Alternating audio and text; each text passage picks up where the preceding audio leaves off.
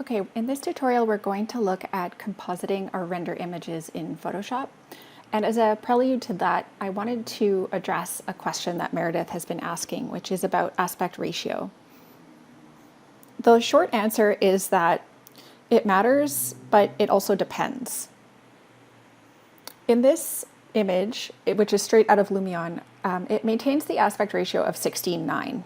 And that is great for images where we want to have a really broad and wide field of view. But oftentimes when we're printing images or we're putting them up in posters or displaying them on websites or in our portfolios, we're working with set image sizes. And I think that what we all need to be prepared to do is to creatively crop our images according to the needs that we have. So over here I have a tabloid size page, which is 11 by 17.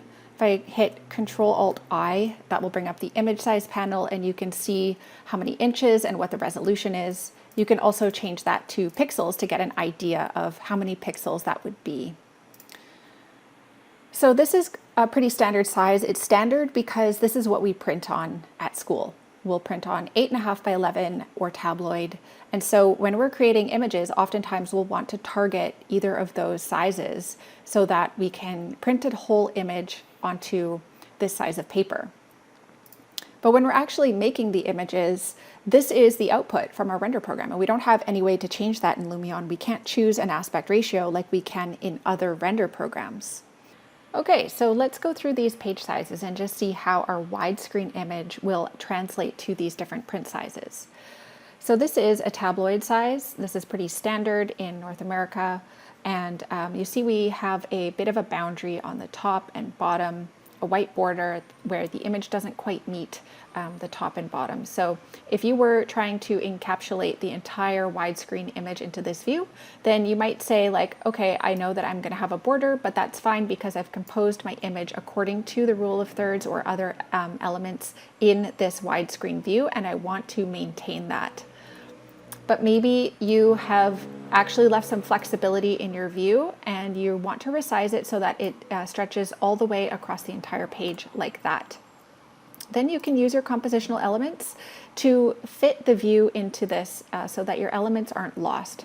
So in this one, it's actually composed in such a way that it's optimized for a tabloid view so that when I popped it into a tabloid sized piece of paper, this structural element would hit right at the rule of thirds. So I gave myself a little bit of extra space when I was rendering this view because I knew I was going to want to move it around later.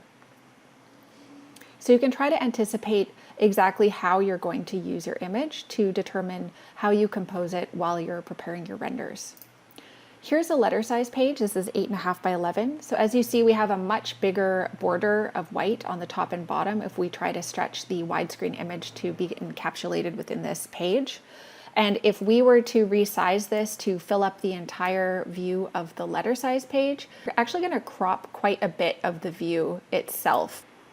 So what can we do if we are needing to work to the letter size piece of paper, but we have this widescreen and we don't really know how to optimally crop it to suit the space? One thing you can do is use your tools of composition as best you can to put the image onto the view, and then you can fill the rest of the view with textures in Photoshop. So for example, if I decide I'm going to have my horizon line in the middle, and I'm just going to snap my guide down to the middle here, then I can say, well, what I'm going to do is actually try to replace this with a tree in Photoshop. That's a winter tree, and I'm going to crop out the sky. So I'm going to make sure that I do a render channel in Lumion with the alpha, which means I will be able to select the sky and remove it. And then I'm going to replace this foreground tree. I'm going to take it out of my rendering because it's getting cut off here, and I'm going to put a Photoshop texture tree in it, so that I'm actually using the entire page size to help compose the view. So these trees, they're fine. They're gonna sit there and they're just barely reaching the top. Once you replace the sky and fill this all in, add a new tree here, and then extend some of this snowy texture down here, then you contain your entire view within the image, but you've just extended it by using Photoshop. So that's one approach. The other approach would be to say, okay, I accept that there is going to be some lost space in this view. So I'm actually going to just keep the widescreen version as it is, work with it here, and there's just going to be white borders on the top and bottom, and that's fine. Or you resize it to fit the entire page like this, and you decide if you need to adjust your view in Lumion to change the composition and alter it so that you're still seeing the important elements. I would argue for me, the important elements are seeing the edge of this pavilion and then seeing the edge of this natural playground and having the leading lines go through the image. So if you can recompose the image as you resize it, then that is always good to be able to do.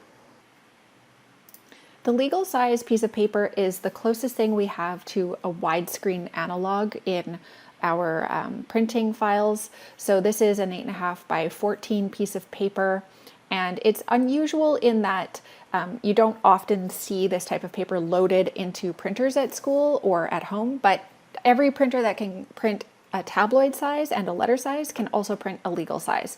So this is the size that is best suited for widescreen images. And you see we only have like a pretty minimal border of white on the top and bottom. And if we resize it to fill the page, we don't lose that much of our image. So we're not really cutting off important details. We're just kind of changing the edge conditions a bit, and we can use our compositional tools to optimize this space.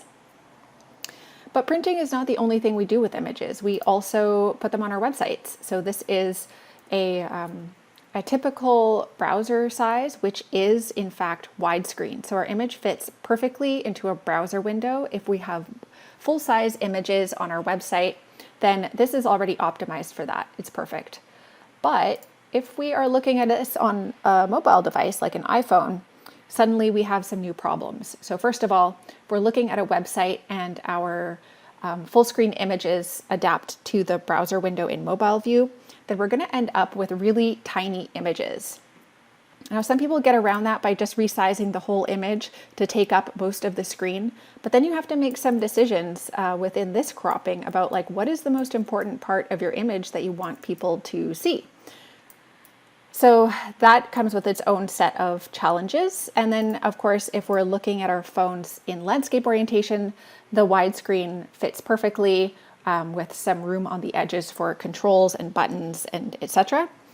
But you can see that it just requires a lot of thought to understand like how an image is going to be translated and propagated across any platform. And so that's why the answer is like it matters, but it also doesn't matter, because ultimately at some point this image is going to get cropped in a way that's not optimized for the view. And what you should think about is what is the way you want to work? Do you want to work to regular page sizes and optimize them so that when you print your images that they fill up the entire page and you can sort of like fit your images to that page size? Maybe you really like Tabloid, you like working at Tabloid, so you're going to always work at Tabloid. Maybe you only have a letter size printer, and for you it's important that when you print your images or create them that they are optimized for this page size. I think you need to make some decisions yourself as to how your images are going to get used. I can just tell you that the aspect ratios and the pixel dimensions that come out of Lumion, the first one is 1920 by 1080, and this is good enough for a letter or A4 size piece of paper. This is a fine resolution for social media and for websites. If you jump up to the next size, which is 3840 by 2160 pixels, this is a good resolution for tabloid or A3 size pages. And this will give you a really high quality image for your portfolio and also for your website with full screen images. I would say that on websites, you never want to be posting images that are more than 2000 pixels wide anyways. Usually you want to avoid posting really large image sizes because it's going to slow down your website. And then the final size in Lumion is 7680 by 4320. And this is the largest size you can get.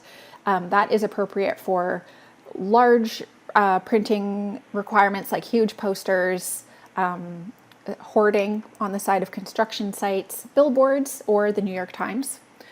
But if you're not printing for the New York Times, you probably don't need to worry about ever rendering greater than 3840 by 2160. That's probably the biggest size you'll ever need to do from Lumion during your academic careers. And even better is if you can stick to 1920 by 1080. The resolution is not going to be super hot, but it's going to get you there. So this is a 1920 by 1080. I'm just going to move it to pixels here so you can see 72 dpi. And this one is the same view at full resolution, 7680 by 4320. And I just want to show you how the difference is between them. So if I go Control-1, which is zoom to 100%, I'm just going to turn my grid off here. And then if I go over here to zoom into 100%, well, I'm at it. This is what it is. But let's zoom in anyways to this, I guess, is 400%. The difference between them is a little bit drastic, but it's not so drastic when you consider the amount of time it takes to render out a full-size image. This took 3.5 minutes to render. This took 3.5 hours. So when you have to make decisions, think about what is the best quality image that you need for your purposes, and not what is the best quality image that anybody would ever need at any point in life.